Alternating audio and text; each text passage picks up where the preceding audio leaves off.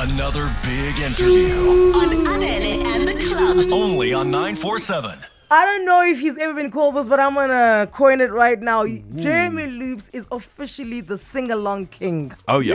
The sing-along king is in the building. Let's go.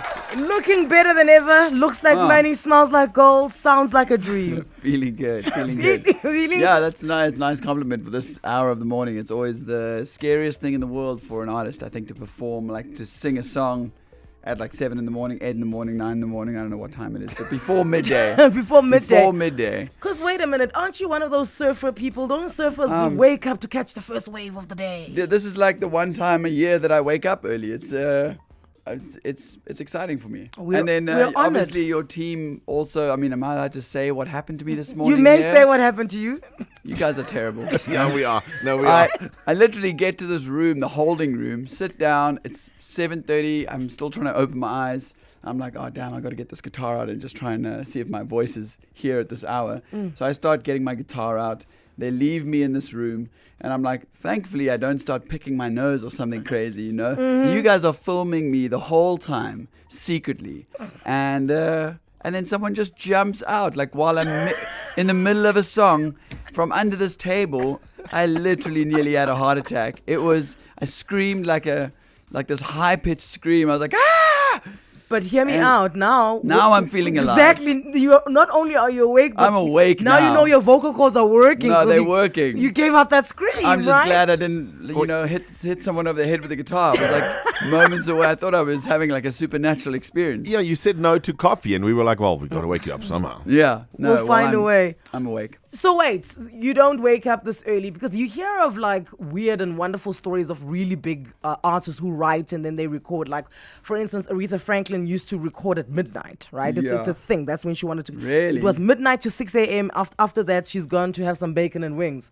Okay. So when is your best time then to record? Because whatever time you're recording, it's the perfect time because your music is amazing. Yeah, it's definitely after midnight. For sure. No, I'm doing all my writing happens like in the dead of night. Is it? And I'm a complete like night owl by trade, and it suits my life well because when you're playing, like now we go on tour overseas and you go and you play 4 or 5 nights a week and you go city to city in the tour bus, and every night you're sound checking from 4 in the afternoon and your show is at like 10 or 11. It goes on till like 12:30. Everyone goes home. You still have to, like, your team have to pack up. Yeah. You get back in the tour bus at like 1:30. You have some drinks, play some 4 a.m. PlayStation while the bus drives into the next city. Time. And everyone goes to sleep at like 3 o'clock in the morning. And then you wake up at like midday because you need your 8 hours of sleep. And you get your coffee and your lunch at like midday. And then you find your way to the venue for lunch at like 4.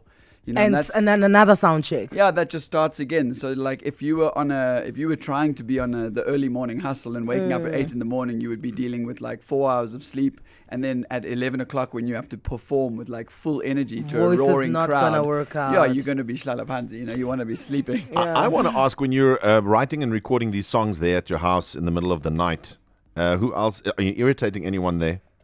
Yes, I'm irritating some people for sure. But the great thing about working, certainly like the way you work in studios, is especially overseas. Like in South Africa, our studio situations, we are still a little bit like 9 to 5 here. A lot of our studios operate, maybe not 9 to 5, like 10 to 10 to 6. Yeah. That's like our leeway here. But if you go and record in America, or you go and record in the UK, which is where I've done most of my records, just to kind of access the best studios, they all start at like 1.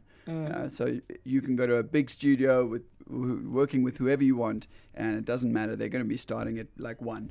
And then you only actually get recording at like From like 4, 6, 7, 5, yeah. 6, Okay. And then you'll easily go on until midnight often. How do you get whoever you want? Because I'm looking at the list of people that you've worked with on this album, and you literally got whoever you wanted, right? So how do you get who We writes got them all. who writes a letter? Who speaks to them? Are you paying a bankload? Do they listen to your previous work to see if you're worthy to even be breathing the same Are air? you worthy? Yeah. Are you worthy, Jeremy Loops? Are you worthy, Jeremy Loops? Do you send like a CV? You're like, hey, look at me. Here's a few videos. Yeah, this is me. This is me, my 6-pack on the beach. Yeah. Here I am, oiled up. I'm a music influencer.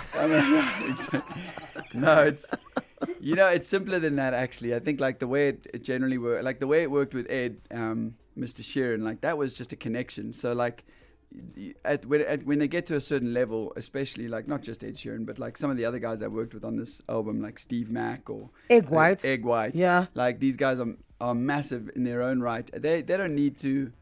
They don't need to work with anyone they don't feel like it. They're not passing through CVs. They just if they like what they hear and they've heard. Normally it becomes because they've heard something about you. So like when I worked with, there was a guy called Jake Gosling I worked with on my second record, and he did like the first 2 Ed Sheeran records. He's done a lot of records, so he was tied in with lots of people. And then, you know, my songs with him did I had, I think, Gold and Waves were on the UK airwaves for a little bit. Okay. And then people hear you, and then when you write to Egg White or someone reaches out to Egg White, it's easy to just say, oh, this is who he is. And he goes, oh, yeah. I've heard of that guy. I've heard of that guy. Okay. Yeah, I saw him at that festival. So it's actually more of like, when we sold out the Brixton Academy in London, that's a big 5,000-seater venue.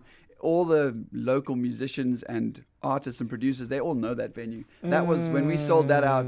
That was actually when Ed and I connected. He said, oh, you know where I first saw you when you sold out the Brixton Academy, my agent told me about you. So those sorts of things ripple around in the industry. It's the same as like in Cape Town. If some foreign artist comes and sells out Kirstenbosch, probably I know that show is happening. It's a little bit like that. You know, the Brixton Academy is one of those institutions. So you have to kind of, start selling out some bigger venues and being on some big festivals. And we did all of that. And then as a result, when you get hold of people, they're like, oh, yeah, I know him. And they're all actually quite happy to work, because it's like gambling when you work with these new guys. There's no, you're not paying them in advance and then they have to use the song. You get together, you've got different styles. Maybe you work on something new. Maybe that you work on one of my tracks that I'm kind of half writing, and you never know what sort of bastard child you're going to come out with. So nice. That's and sometimes that's the way it is. You don't get those. You don't come out with a song, and other times you come out with an amazing song, and that's when you decide what if you're going to take it forward. Okay, so on the way, you've already raised working with Mr. Sheeran. Mr. Sheeran, is that how you? Is that how? That's how we refer We to call him? him Ed, but I mean, obviously. No, it's Mr. Sheeran. Okay, sorry.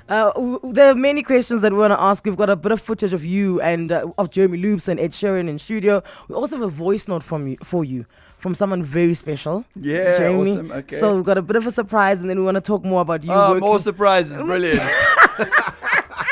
They'll do all kinds of things to make you feel all kinds of good. Anele and the club. Come on. On 947. Dude, we are obsessed with you, Jeremy Loops. Now, here's the thing. This album, I think you've worked with the biggest names in the game. And you were just saying it now off air that you would prefer it when you were going in to work with them to not know of the stuff that they've done, because you don't want to bring, your expectation of them in there. And then also you don't want to be like, what do they think of me? What do they think of me? What do they think of me? For sure. Because that I think that disrupts your artistry, right? But you know Ed Sheeran. How many times did you change your outfit before you met him? I don't know, man. I think, the nice thing for me is that I didn't really know too much of Ed's music before then. Like, as much as everyone, I obviously was well aware of him.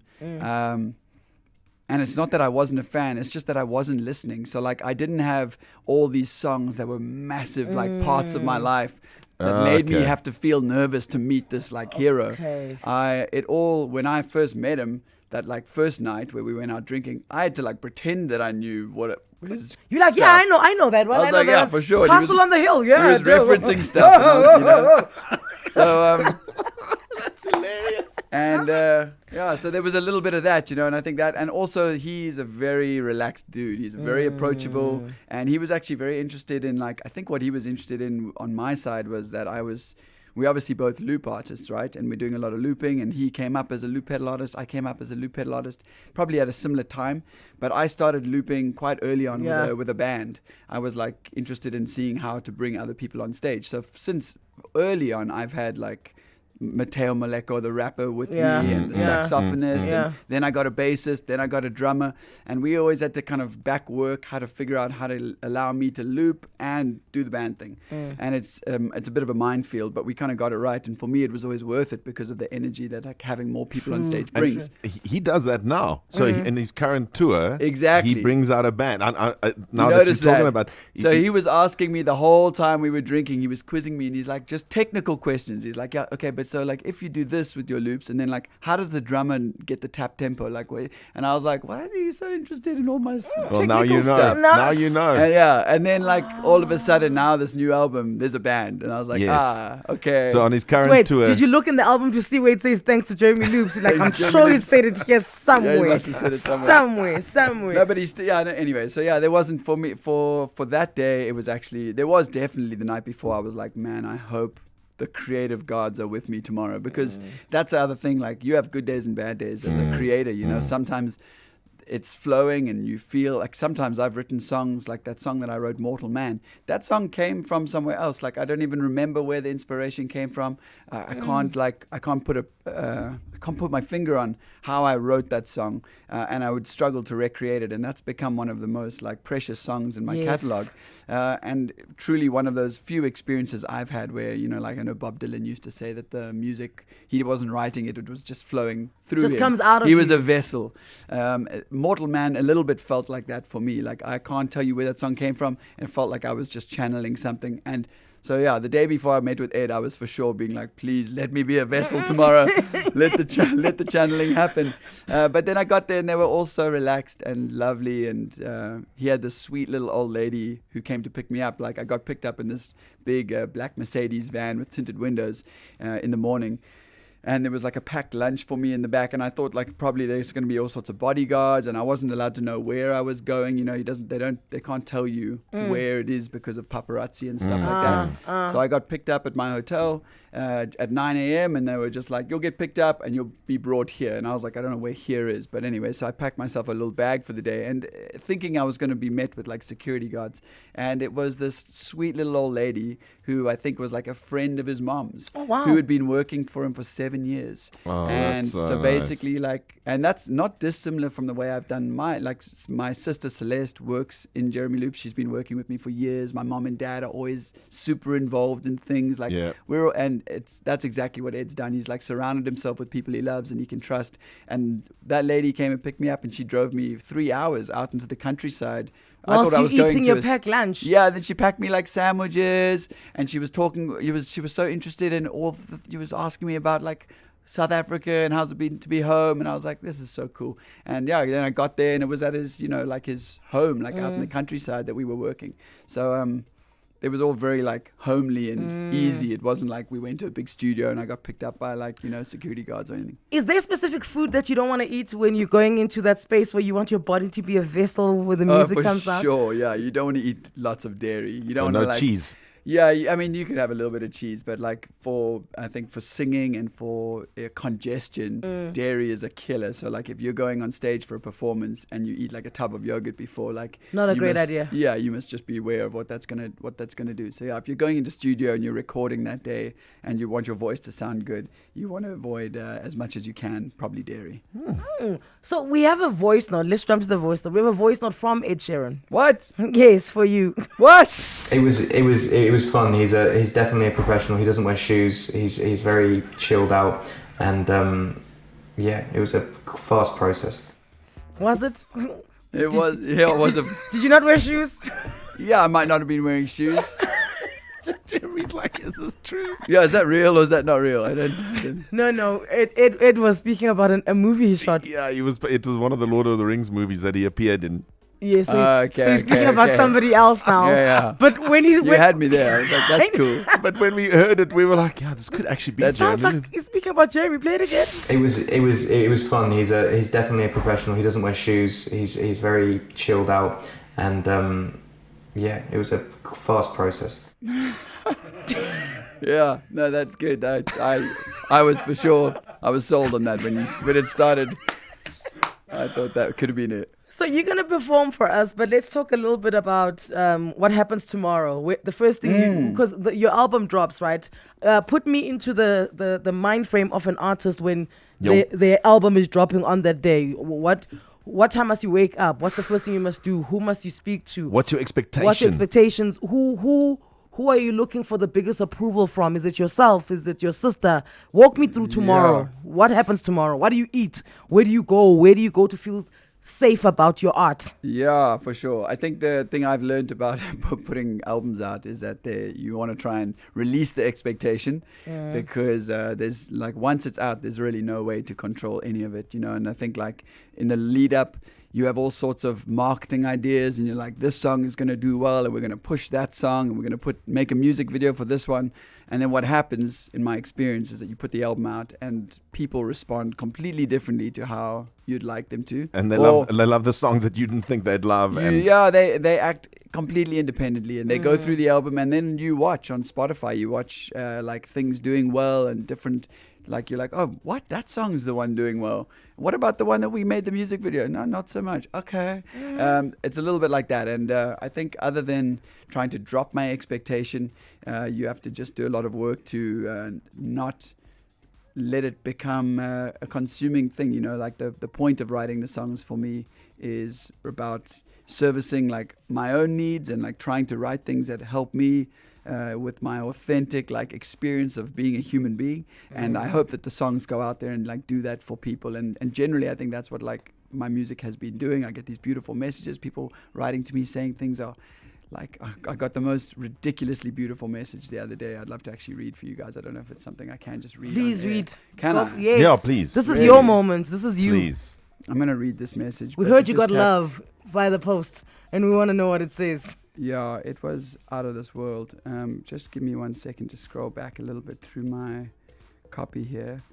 Can you like burn some time on? Of we got course, a this is pad. what we do for Yeah, life. yeah, So listen, my thing about this album is that he's worked with people who've worked with Adele, Shawn Mendes, George Ezra, Louis Capaldi, Rihanna, you were saying. You know what? Rihanna! Oh, Rihanna! Riri. But I find that, and when that thing happens, right, your music gets bigger, you get bigger, you Yes. become a bigger, celebrity across the world. But I just find that every time you release an album and every time you release a song, you as much as you get bigger, it just feels like it brings you closer to your fans.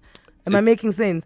So it's like I've been feeling that way myself. Yeah. I feel like for this album, I'm the least worried about how it does. I settled into, I think also like just because of the sorts of people I worked with on this album and because of the fact that we did a lot of the things I wanted to do. You know, I sold out the big venues overseas. I nailed this collaboration with Ed Sheeran and Lady Smith, Black Mambazo. Working with them was like literally a childhood dream. Like that's a legacy thing for me that it'll always exist. And I got to be in studio with all of them with their headphones on, like singing the different parts, all 10 of them in a studio and me sitting there they even let me sing like harmonies on some of their, on the some of them stump tours. I was on there and it was like, for me, I think I got to achieve way past my wildest dreams. And now I'm just going through a process of going, well, how do I like enjoy this now and ease into it? Because I think for years I was chasing and trying to grow and trying to prove myself. I want to say that when I listen to Jeremy's music, I feel like collaborating with all these people that are good writers, I feel like his craft just gets better and better and better. And the songs just get better and better every time.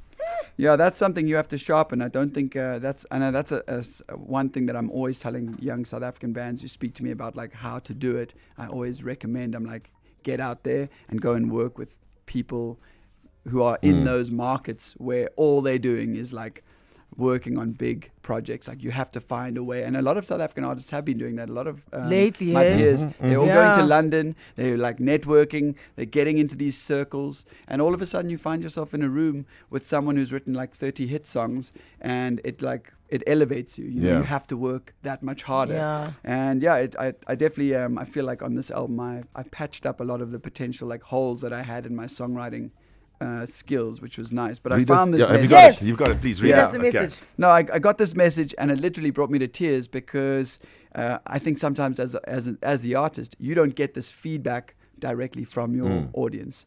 And so I'm just going to, I wrote to the guy and said, do you mind if I share this with my community? And he wrote back saying yes. So I read it. He goes like this. Hey, bud. I was at your show in Durban last weekend with my wife and 2-year-old daughter. This is 2 weeks ago. And I really owe you the biggest thanks of my life. I knew the show would be epic. Everybody did. But that's not why you get this thanks. But rather, I owe you this for truly being a shining light in my life. Your music has got me through so much shit in my past. And when Mortal Man came on at the show, I was just overcome with a wave of emotion that I couldn't contain. People around me couldn't understand why I was in tears, but I was still smiling and singing along as loudly as I could. Even my wife didn't really get it at the time. But I've been clean for 5 years now, and hearing Mortal Man live truly took me back to all the struggles with addiction that I've fought and had to overcome. I truly felt a level of achievement in myself that I've just never felt before in that moment. It's been such a hard road at times, but something that would not have been possible without your music getting me through. And for that, I thank you. The full album drops tomorrow. Heard You Got Love. One of the songs is penned with Ed Sheeran, and he's about to sing that song for us live in studio on the acoustic. Jeremy Loops, ladies and gentlemen, give me a little bit of a round of applause. Come on.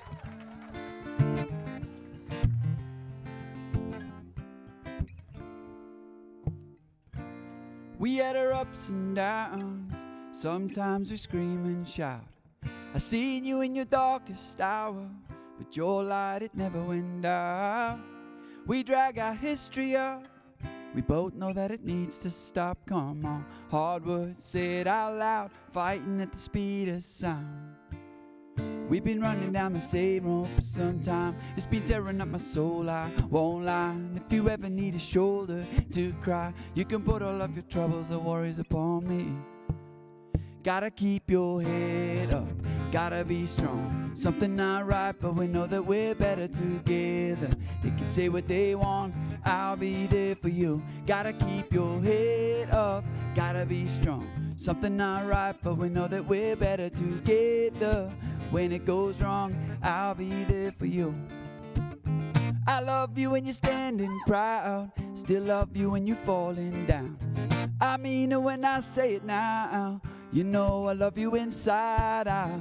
And even when the lights go down, you're a bonfire lit in the middle of town. A kind word said out loud, loving at the speed of sound. We've been running down the same road for some time. It's been tearing up my soul, I won't lie. And if you ever need a shoulder to cry, you can put all of your troubles or worries upon me. Gotta keep your head up, gotta be strong. Something not right, but we know that we're better together. They can say what they want, I'll be there for you. Gotta keep your head up, gotta be strong. Something not right, but we know that we're better together. When it goes wrong, I'll be there for you. I'll be there for you. If you're letting go, I let go too. You know we're better together. I'll be there for you. When you need someone to hold on to, you know we're better together. Gotta keep your head up, gotta be strong. Something not right, but we know that we're better together.